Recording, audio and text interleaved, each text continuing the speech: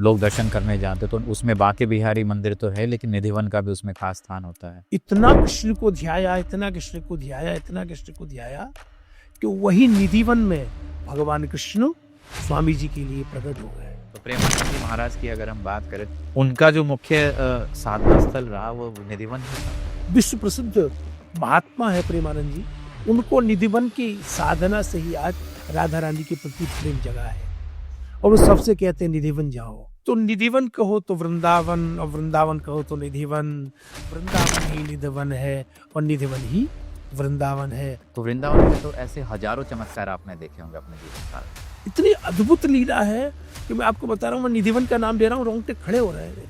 ऐसे बोलते हैं ना कि रात को जो यहाँ पे रुकता है, वो जो आसपास निधिवन के रहते थे उनको आवाज आती थी घुंघरुओं की, पखावज की, हारमोनियम की, सितार की आवाजें भी सुने हुए हमने। कोई व्यक्ति ने ये भी प्रयास किया कि हम यहाँ छुप जाते हैं, देखे तो सही भगवान का रास। अगर वो छुप गया 99.99% तो उसकी डेथ हो जाती थी। ऐसे भी केस हुए, गूंगे हो गए, बोल नहीं सके, बता नहीं सके। भगवान कृष्ण का नाम है हरि और शिव का नाम है हर। हरि हर एक दूसरे से दूर रह ही नहीं सकते। नमस्कार दोस्तों, मैं समस्त प्रभु भक्ति में आपका स्वागत करता हूं। दोस्तों, आज हमारे साथ जो गेस्ट हैं वो बेहद खास हैं और वृंदावन की पावन भूमि से आए हैं। मैं स्वागत करना चाहता हूं आचार्य श्री वल्लभ जी महाराज जी का, और आज हम बात करेंगे ठाकुर जी की लीलाओं के बारे में। गुरु जी प्रणाम। राधे राधे। समझ जी, आपको, आपके पूरे स्टाफ को, आपके दर्शकों को, सबको मेरा बहुत बहुत राधे राधे। आप वृंदावन की पावन भूमि से आए हैं। चाहता हूं कि आप सबसे पहले दुनिया को एक वृंदावन की एक छोटी सी झलक दें, थोड़ा सा वृंदावन के बारे में बताएं। वृंदावन भूमि नहीं है, ऐसे समझिए। जब भगवान को अवतार लेके आना था, तो जैसे आपने सुना होगा कि बड़े बड़े लोग आते हैं, विदेश से ट्रम्प आए तो उनका पहले स्टाफ आया, उनकी गाड़ी आई, उनके लिए व्यवस्थाएं आई। बड़े बड़े नेता लोग जाते हैं तो आते हैं ना। तो भगवान बोले मैं जा रहा हूँ, रहूंगा कहाँ, कि ये लोग हर जगह तो रह नहीं सकते ना, भगवान है वो तो भगवान ने देवलोक से उतनी भूमि भेजी। ये देवलोक से आई हुई साक्षात गौलोक धाम है वृंदावन, क्योंकि वृंदावन का अद्भुत महत्व है। और जगह आप लोग हजारों वर्ष तपस्या करेंगे तब भगवत प्राप्ति होगी, और वृंदावन में जाकर के आप एक रात रह लेंगे श्रद्धा और भाव से तो भगवत प्राप्ति हो जाएगी। 1000 वर्ष तपस्या करना और एक दिन वृंदावन में रहना, ऐसा कई पुराणों में वर्णन है। अपने भागवत में भी वृंदावन का वर्णन इस प्रकार से किया गया है कि आप एक माला करते हैं दिल्ली में रहकर, और वृंदावन में जाकर के एक माला करते हैं तो 1000 माला करने का फल मिलता है भगवत नाम जप का। क्योंकि वहां पे एनर्जी बहुत ज्यादा पॉजिटिव है, ध्यान बहुत जल्दी लग जाता है। ध्यान बहुत जल्दी लग जाता है। एनर्जी पॉजिटिव इसीलिए कि वहां आप जाएंगे कि वातावरण में चारों तरफ से कहीं से कहीं कीर्तन हो रहा है, कहीं कथा हो रही है, कहीं जाप हो रहा है, कहीं अच्छा एक दूसरे से मिल रहे हैं ना, तो भी भगवान का ही नाम है राधे राधे।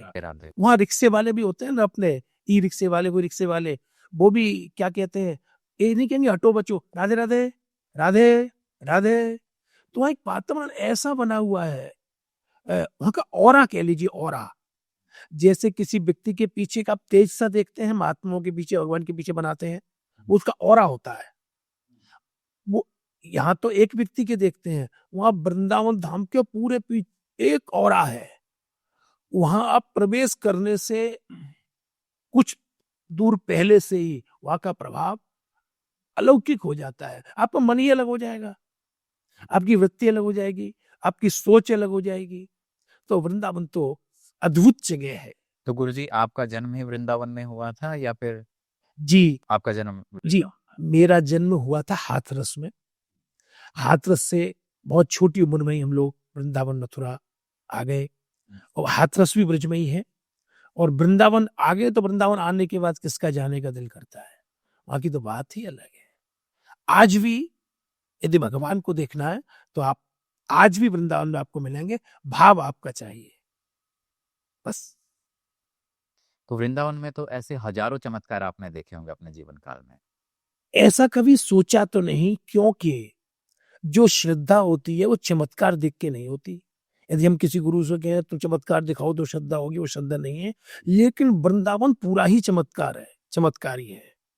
वहां के चमत्कार के विषय में कितनी बातें आपको बताएं।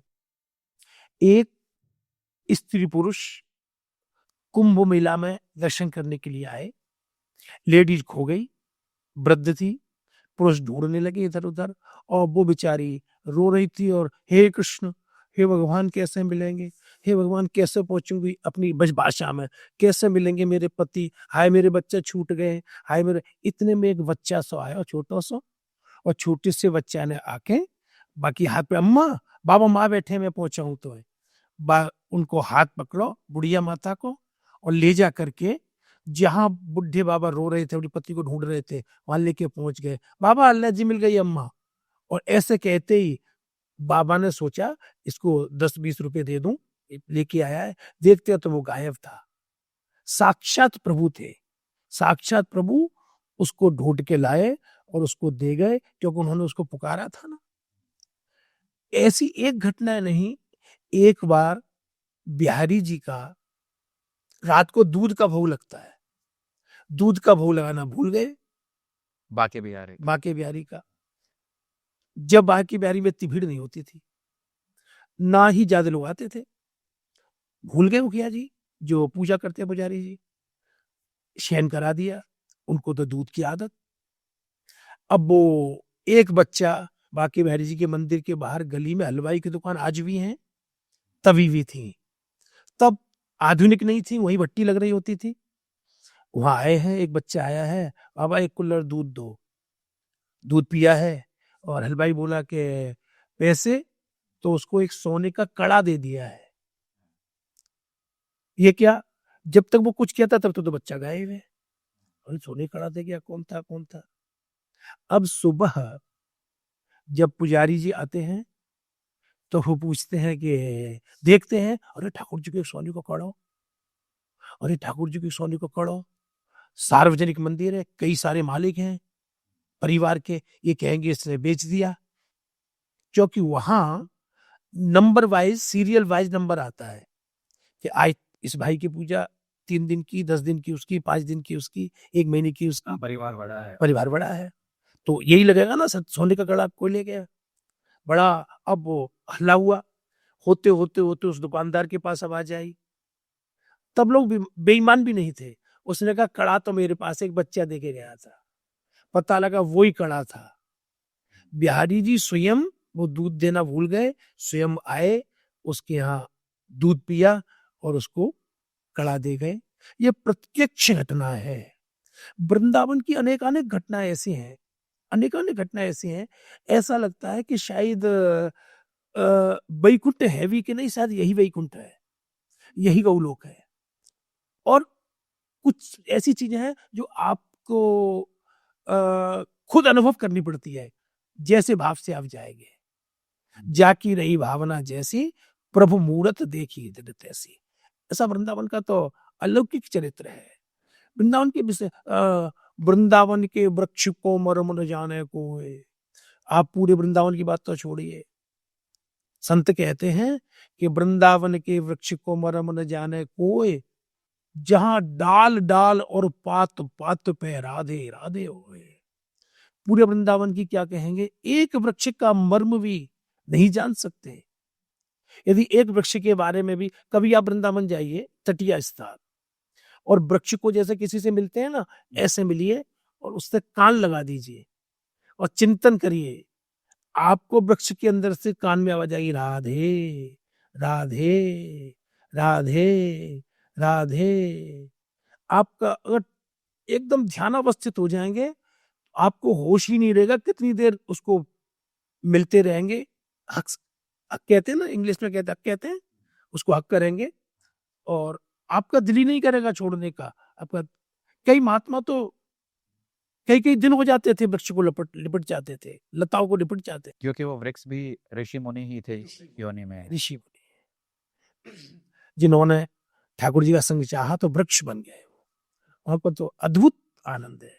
यमुना, रस, वृक्ष, वल्लरी, पशु, पक्षी, वहां के निवास करने वाले संत महंत महात्मा, और उनसे भी ज्यादा महत्व है ब्रजवासियों का।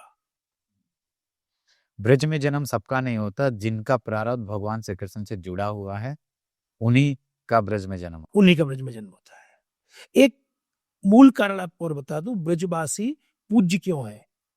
ब्रजवासी कुछ भी नहीं जानता हो, लेकिन फिर भी वो पूज्य है, क्योंकि ब्रजवासी भगवान को बड़ा प्रिय है। अन्यत्र कहीं का व्यक्ति हजारों वर्ष तपस्या करेगा तब भगवान प्रसन्न होंगे, और ब्रज में किसी ने जन्म लिया उससे ही भगवान उसके दोस्त बन जाते हैं, मित्र बन जाते हैं, सखा बन जाते हैं, उसके गुरु बन जाते हैं। अनेक तोय मोय नाते अनेक मानिए जो भाव है। क्यों?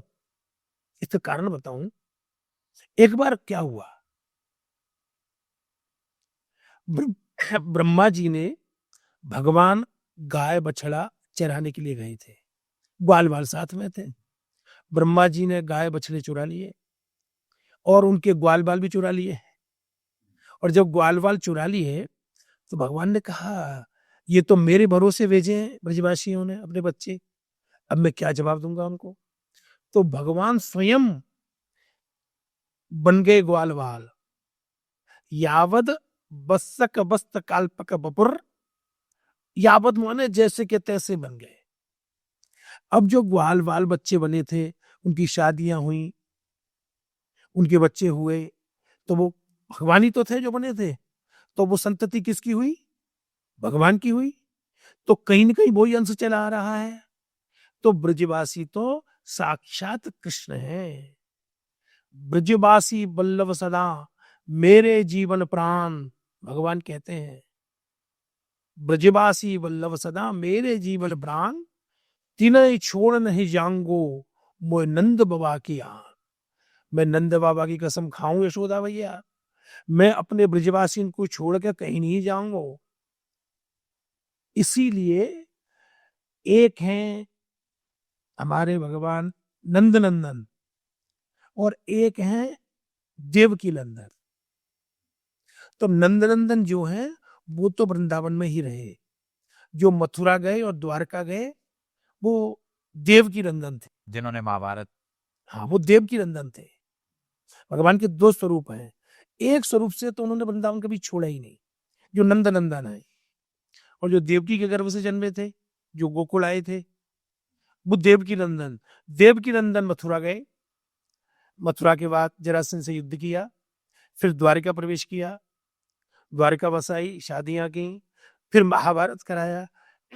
ये सब देवकी नंदन का काम है। नंद नंदन यशोदानंदन तो तब भी वृंदावन में थे और आज भी वृंदावन में हैं। भगवान थे, हैं और रहेंगे। दिखेगी उसको जिसका भाव होगा। भावो ही विद्यते देवा। हमारा शास्त्र कहता है भगवान न किसी मंदिर में रहता है, न किसी मस्जिद में रहता है, न किसी घर में रहता है, न किसी तीर्थ में रहता है। भगवान भाव में वास करता है। भाव ही विद्यते देवा।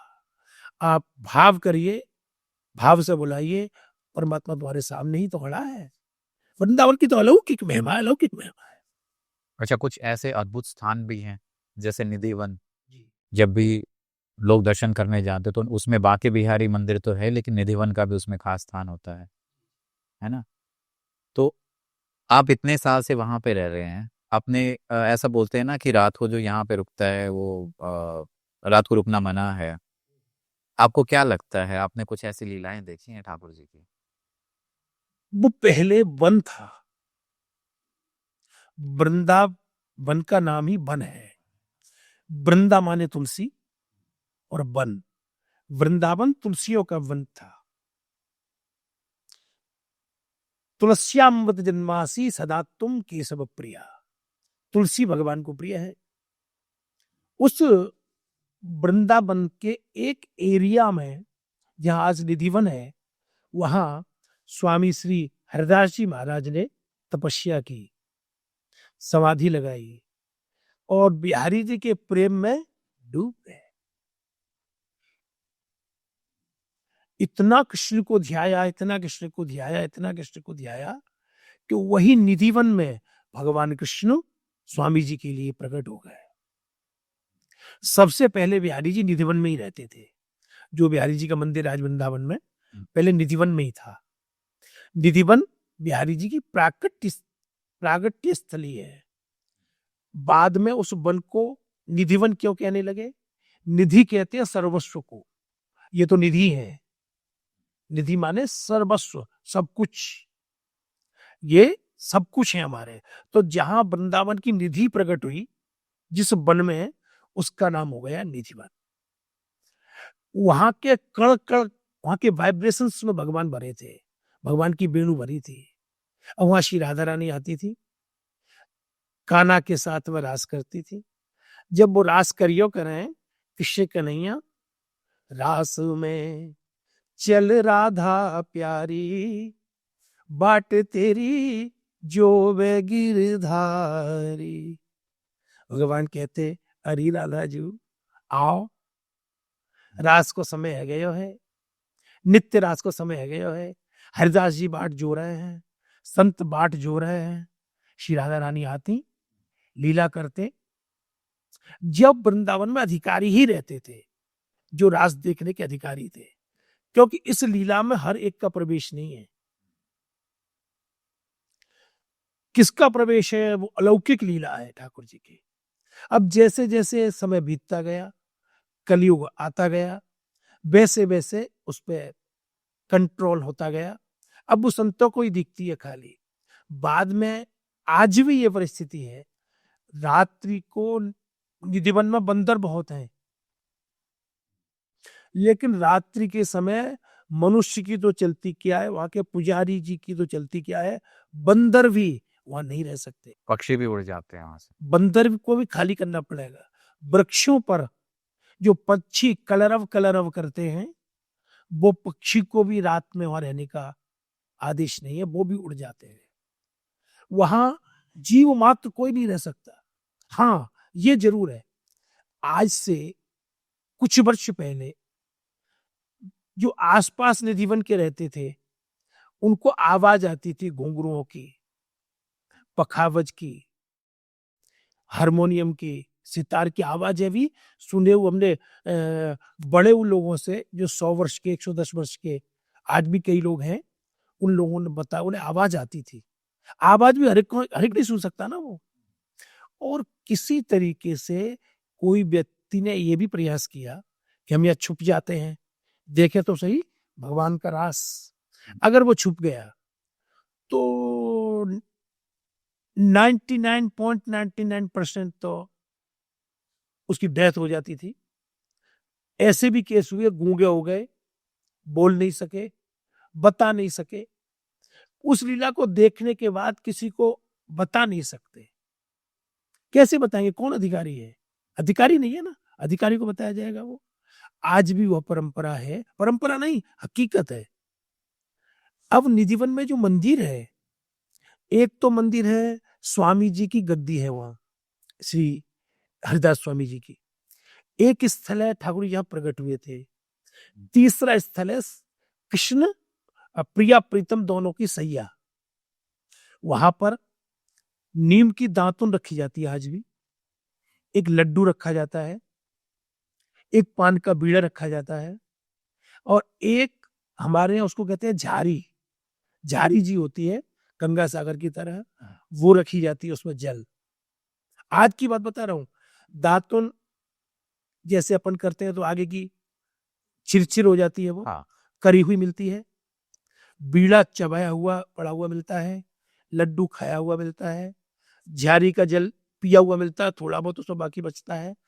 आज भी निधिवन में, और उसी निधिवन की कृपा से वृंदावन में एक बड़े सुप्रसिद्ध, विश्व प्रसिद्ध महात्मा है प्रेमानंद जी।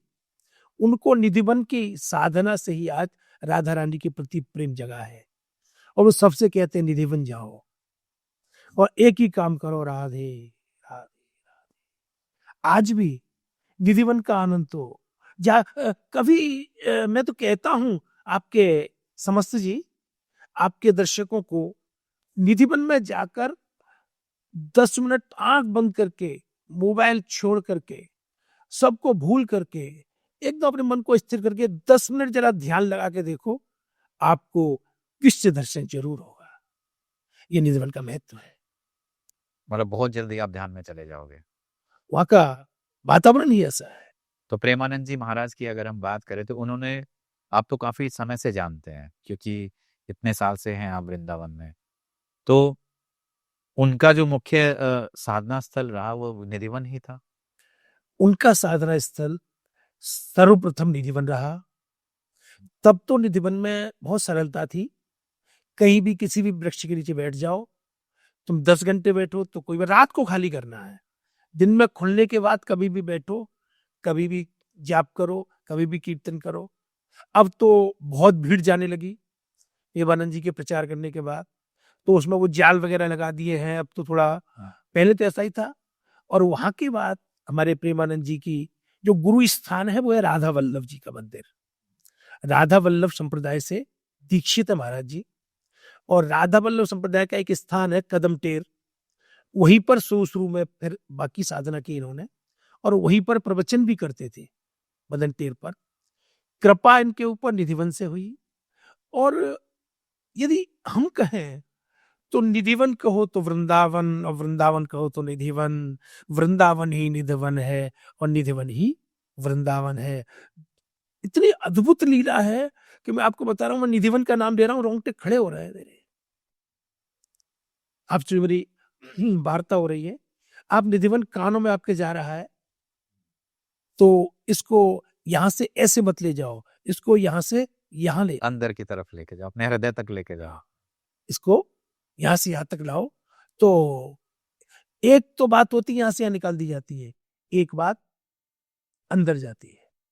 तो निधिवन का नाम ही निधि, निधि माने सर्वस्व, जीवन धन, प्राण प्यारे कन्हैया मेरे वाके विहारी, वृंदावन विहारी, युगल विहारी, रास विहारी, जहां जिस वन में रहते हैं उसका नाम है निधिवन। निधिवन की साधना अद्भुत अद्भुत अद्भुत। वहां पे एक मंदिर है वृंदावन में, राधा रमन मंदिर, उसकी भी एक अद्भुत कहानी। और अगर हम बात, मतलब मैं चाहता हूँ आप थोड़ा सा उसके बारे में बताएं, राधा रमन मंदिर। राधा रमन जी की सेवा अलौकिक सेवा है, बहुत अद्भुत सेवा है। राधा रमन जी जिस रूप में आप देख रहे हैं ना, उस रूप में नहीं थे। अब तो पूरा राधा रमन जी कृष्ण जी के रूप में है। त्रिभंग तो उनकी चरण है, आपने देखे होंगे, मुरली बजा रहे हैं, स्माइल भी है, स्माइल भी है, कटीली आंखें हैं, मोती जैसे दांत, और महाराज हिरनी जैसी आंख, और टमाटर जैसे गाल, कमल पत्र जैसे होष्ठ, और जैसे बादल होते हैं ना ऐसे घुंघराले वाल, और मदमस्तानी चाल जो उनकी जब होती है ना, ये नहीं थी। पहले शालिग्राम थे। एक सेठ जी आए, वो सभी ठाकुर जी की पोशाक दे रहे थे सबको। किसी के यहाँ गोपाल जी थे, किसी के यहाँ कृष्ण जी थे, किसी के यहाँ लक्ष्मी नारायण थे, किसी के यहाँ राम, जो भी थे सबको पोशाक देंगे।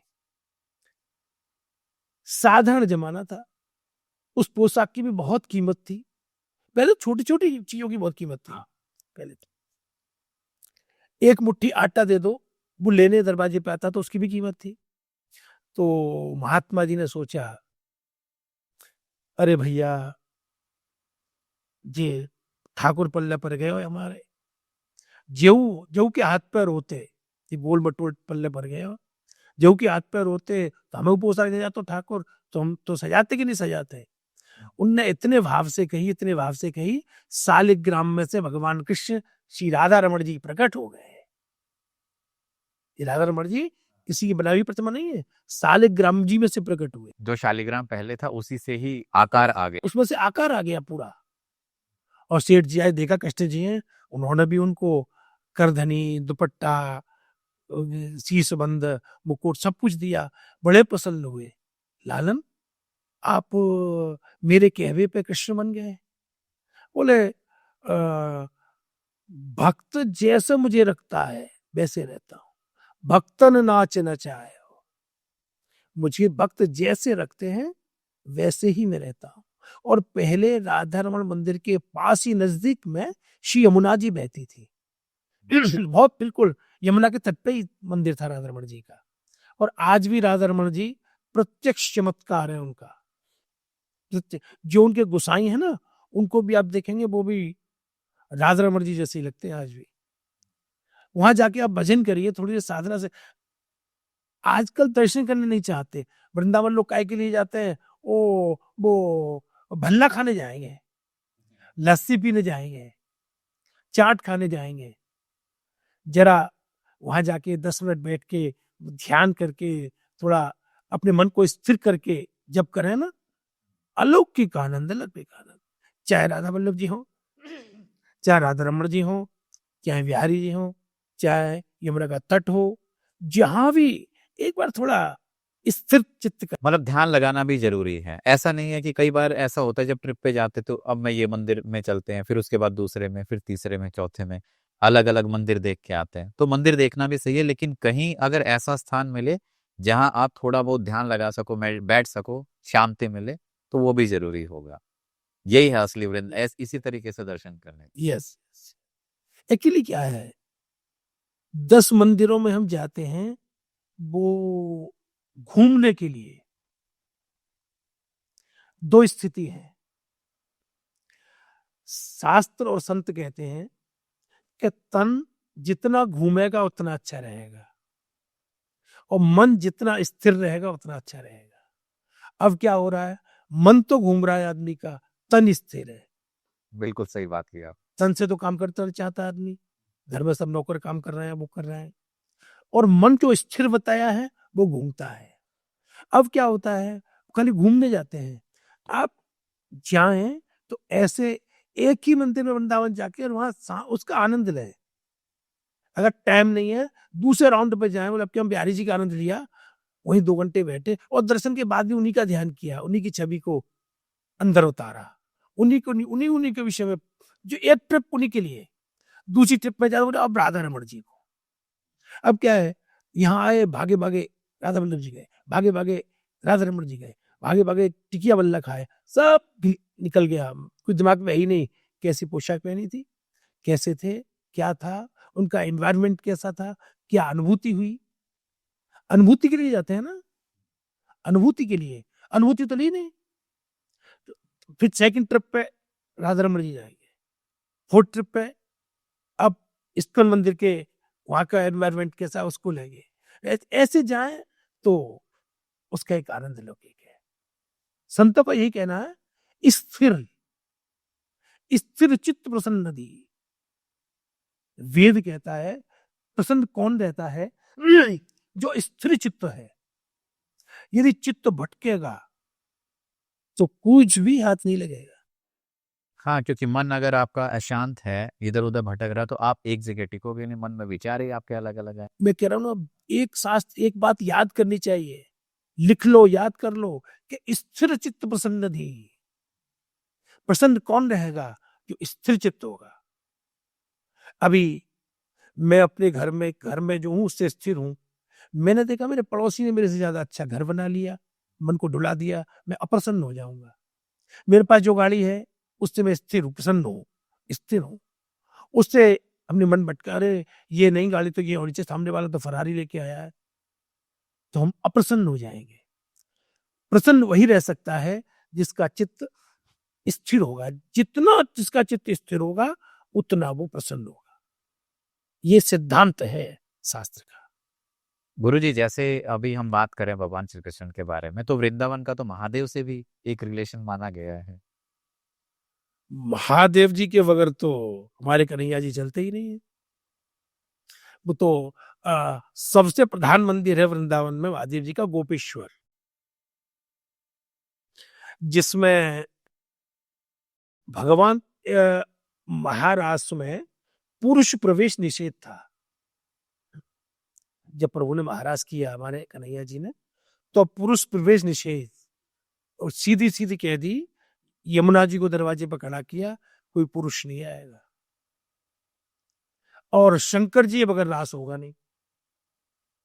शंकर जी में एक विशेषता और थी, वो संगीत के सम्राट थे। शंकर जी आप देखते हैं ना, संगीत, शंकर जी के हाथ में डमरू लगा है, वाद्य यंत्र।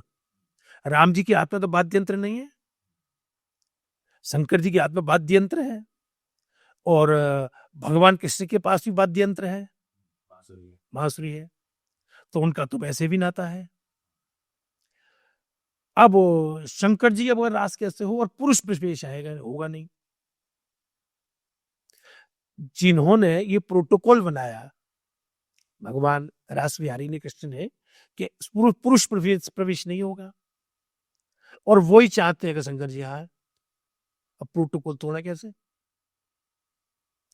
शंकर जी आए, बोले कन्हैया जी रास कर रहे हैं, तो यमुना ने रोके अगारी, गुरु दीक्षा ले हमारी। यमुना जी ने रोक दिया। बोले कैसे जाएंगे? बोले पहले गुरु बनाओ, वो भी हमको। शंकर जी बोले हम और स्त्री को गुरु बनाए, रास में कैसे जाना होगा? बोले तब करो रास की तैयारी, गुरु दीक्षा ले हमारी। रास की तैयारी बाद में करना महाराज, पहले गुरु दीक्षा लो। शंकर जी ने गुरु दीक्षा कैसे दी यमुना जी ने? बस तब लियो भांग को गोला, यमुना में धो दियो चोला। यमुना जी में जो गोता लिया, जब गोता लिया तो शंकर थे, कि भांग खाई और फिर यमुना जी में डुबकी लगाई। डुबकी लगाई, तब तो शिव थे, और डुबकी लगा के बाहर निकले तो गोपीश्वर हो गए, तो गोपी बन गए। और शंकर जी जब रास में आए फिर तो गोपी बन गए थे, रोक नहीं सकता था कोई। गोपियों ने देखा सब छोटी छोटी गोपी हैं, इतनी लंबी गोपी कैसे आ गई? तो बस जब शिव पहचान पर्यो है, गोपेश्वर नाम धर्यो है। जैसे ही शंकर जी पहचान पड़े तो भगवान बोले अरे अरे, ये गोपी नहीं गोपेश्वर है, गोपेश्वर है। ऐसे ही जन्म के समय भी भगवान शिव, भगवान के जन्म के समय भी आए। ऐसे ही जब पूतना वध किया तभी भी भगवान शिव से उनका संपर्क हुआ। जब वो द्वारिका पहुंचे तब भी उनका, आज भी नागेश्वर है द्वारिका में, जो भगवान शिव से संपर्क हुआ। जब वो कंस वध किया तभी भी उनको भगवान कृष्ण का नाम है हरि और शिव का नाम है हर। हरि हर एक दूसरे से दूर रह ही नहीं सकते। मैया ने भी, यशोदा जी ने भी बहुत कोशिश की दूर करने की, लेकिन नहीं रह सके।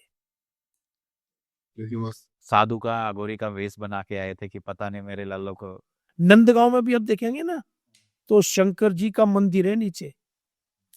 जब वो लाला रोने लगे, शंकर जी ने नजर उतारी तो मैया बोली बाबा तू कहाँ रहे?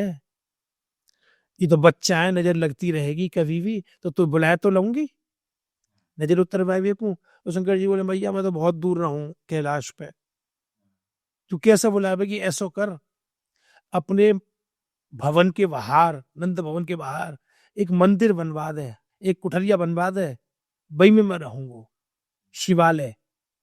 तो आज भी शंकर जी का मंदिर है वहां, नंदेश्वर भगवान का, नंदगांव में शिवालय है, वही वास करते हैं। और नई कुठरिया में रहूंगा, जब तेरे लाला नजर लगे तभी बुला ली, मैं नजर उतार दी, फिर अपने घर पर चलो गए। आज भी शिवालय वहां है। हरि और हर को तो कोई अलग कर ही नहीं सकता। और ब्रज में भी शंकर जी का बड़ा महत्व है। प्रभु लीलाओं में शंकर जी का पूरा समावेश है, समावेश है। बिना शिव के तो लीला हो नहीं सकती ना। क्या देवी माँ का भी वृंदावन से कोई कनेक्शन है, कोई रिलेशन है? उसके बगैर तो वृंदावन है ही नहीं। देवी, देवी माने राधा। देवी का अर्थ हम लोग गलत लगा लेते हैं कि देवी तो दुर्गा ही हो सकती है, देवी तो काली ही हो सकती है, देवी तो चंडी ही हो सकती है। अरे एक श्री राधा ने अनेक रूप धारण किए हैं, शक्ति है। वृंदावन से यदि आपने शक्ति तत्व, माने आपकी भाषा में देवी तत्व को दूर कर दिया, तो वृंदावन में कुछ रह ही नहीं जाएगा। वृंदावन में कुछ नहीं रह जाएगा, क्योंकि वृंदावन का कण कण बोले श्री राधा राधा। एक एक कण, मैंने शुरू में ही आपसे चर्चा शुरू हुई तो कहा था कि वृक्ष की डाल डाल पात पात से की आवाज धुन निकलती है। वृंदावन में आप जाएं और चाहें भगवत प्राप्ति हो जाए और कृष्ण कृष्ण कृष्ण कृष्ण कृष्ण कृष्ण पुकारें, तो हो सकता है कृष्ण न मिले और नहीं भी मिले कहीं को। फिर पूछा, इतना पुकारा महाराज आपने, किसी संत को पूछा, गुरु को पूछा, उसने कहा तुम कृष्ण कृष्ण पुकार रहे हो, शायद मिल जाए, लेकिन तुम यदि राधा राधा पुकारोगे तो शायद नहीं, फिर तो कृष्ण मिलेगी ही मिलेगी, पक्के से मिलेंगे। इसलिए वहां नगरी कृष्ण की है, साधना राधा की है। वैसे तो राधा कृष्ण स्वरूपम वही, राधा जो है वो कृष्ण है और कृष्ण जो है वो राधा है। एक बार भगवान की मुरली खो गई। कहाँ है मुरली? तो गोपियों से बात कर रही है राधा जी कि मैं मुरलीधर की मुरली लई, मैंने मुरली ले ली और मेरी लई मुरलीधर माला, माला पहन रखी थी, मुरली ले ली और मैं मुरली अधरान धरी और माही धरी मुरलीधर माला। मैंने तो मुरली अधरों पर रखी, भगवान ने माला पहन ली। जब देख ली मैंने मुरली, उन्होंने माला, तो मैं मुरलीधर की मुरली दई, मैंने मुरलीधर की मुरली दे दी और मेरी दई मुरलीधर माला। गोपी बोली तेने लई तेने पहरी तेने दई बाने दई, जब अर्थ कहा है हो? तो बोली तू नहीं समझी कि मैं मुरलीधर की मुरली भई। क्या हुआ इस लेने देने से कि मैं मुरलीधर की मुरली भई, मैं तो मुरलीधर की मुरली है गई और मेरे भय मुरलीधर माला। माला बुकु दे दी, वो मुरलीधर आ गए और मैंने बंसी वापस कर दी नहीं, मानो बंसी श्री राधा स्वरूपम भई और जो माला है वो कृष्ण स्वरूपम भई, वो को वो होटन पे धारण करने पर यहाँ पे अधरन पे, और मैं उनको हृदय में धारण करूं। ये जो देवी की सप्तशती पाठ है, दुर्गा सप्तशती, उसमें भी राधा जी के विषय में चर्चा आई है। उसमें भी यशोदा गर्भ संभवा, उसमें भी चर्चा आई है। बिना राधा के तो वृंदावन सुना है, बिना राधा के तो हमारा कन्हैया जो है अधूरा है।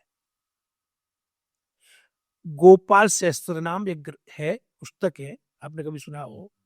गोपाल सहस्त्र, हमें तो साफ साफ लिखा है कि यदि गौर तेजो विनायस्तु श्याम तेजो समर्चेत जपेद बाद ध्यायते बापी सब अभेद पातकी सिवे। यदि तुमने गौर तेज को छोड़ करके श्याम तेज का भजन किया, खाली गौर तेज माने श्री राधा जो गोरी है, और श्याम तेज माने कृष्ण जो श्याम है, यदि राधा के बगैर कृष्ण को ध्याएंगे, गौर तेजो विनायस्तु श्याम तेज समर्चेत, तो जपेद बाद ध्यायते बाकी बापी, कोई जप करे या ध्याए तो उसको पूर्ण फल नहीं मिलेगा। राधा कृष्ण के बगैर नहीं प्रसन्न होती और कृष्ण राधा के बगैर पसंद नहीं होते, और देखने में लगता है दोनों अलग अलग है, देखने में लगता है अलग अलग है, वैसे ये दोनों एक ही हैं। कृष्ण राधा है और राधा कृष्ण है, देवी स्वरूपा है राधा। वैसे वृंदावन में एक देवी और है, राधा ही है वो, उनका यजन किया गोपियों ने भगवान की प्राप्ति के लिए, उनका नाम है कात्यायनी। गोपियां श्री राधा जी को चाहती थी, वो गोपियां कृष्ण को चाहती थी। अब कृष्ण मिले कैसे? तो गोपी ने विवाह वृंदावन में जो हमारे अपनों करो, जो कुआरी कुआरी आसपास की वो थी ना गोपी छोरी, आसपास की, वृंदावन की नहीं, आसपास के गांव की, हाँ। आसपास की गाँवन की, वो कहती, अरे ओ दुर्गा मैया, अरे ओ कात्यायनी मैया, ऐसी कृपा करियो कि मोकू श्री कृष्ण पति मिल जाए। ये कहती, मोकू कृष्ण पति मिल जाए। तो बा कात्यायनी की अर्चना करती, बा कात्यायनी की कृपा से वृंदावन में बाल लाली को विवाह है गयो। विवाह तो भयो, लेकिन सास मिल गई 440 वोल्ट का खतरा। वो कहे, देख बहू, कछु करियो, कहीं भी जाइयो, लेकिन बा लाला मत देखियो। अगर तेने नंद को लाला देख लियो तो तू, मैं देख चुकी हूं, बाबरी भई हो तो मैं बाबरी है गई। घर को काम तू तो एक जनो तो करे, तू तो करेगी कम से कम, तू घर में ही रहियो, बा लाला मत देखियो। अब वो तो भगवान को ही ध्यान है, हे भगवान, मैंने तो तुम्हारे पीछे ही वृंदावन आई, तुम्हारो दर्शन नहीं हुए, तुम्हारो दर्शन नहीं हुए, तुम्हारो दर्शन नहीं हुए। भगवान तो पुकार सुनेंगे। एक दिन बाकी गली में आए, तो ऐसे ऐसे गेंद खेलते हुए आ रहे हैं। जैसी मन आ तो देखो सास बोली भीतर जा, वो यारो नंद को चलिया, वो भीतर गई तो छत पे चढ़ गई, वहां से तो दिख जाएंगे। अब भगवान जैसे तो सकल कैसे दिखे, और न्यो गेंद उछाली और न्यो लपकी, तो पूरा स्वरूप दर्शन है गया। जैसी कन्हैया को देखियो तो बेहोश है गई। अब सास आई ऊपर देखे तो बहु बेहोश है। अरे क्या हुआ? कावयो कावयो कावयो, मोहल्ला वाली आ गई। अरे जाकू कोई जादू है गयो, कोई टोना है गयो, कोई भूत लग गयो, कोई पिशाच लग गयो, वैद्य को बुलाओ, डॉक्टर को बुलाओ। एक बड़ी बूढ़ी गोपी आई, वहां ने पूतरी ऐसे उठा के देखी आके, तो पूतरी में नाच रही मूर्ति गोपाल की। पूतरी में भगवान की छवि आ गई।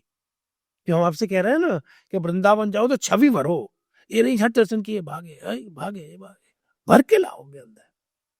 मूर्ति समा गई।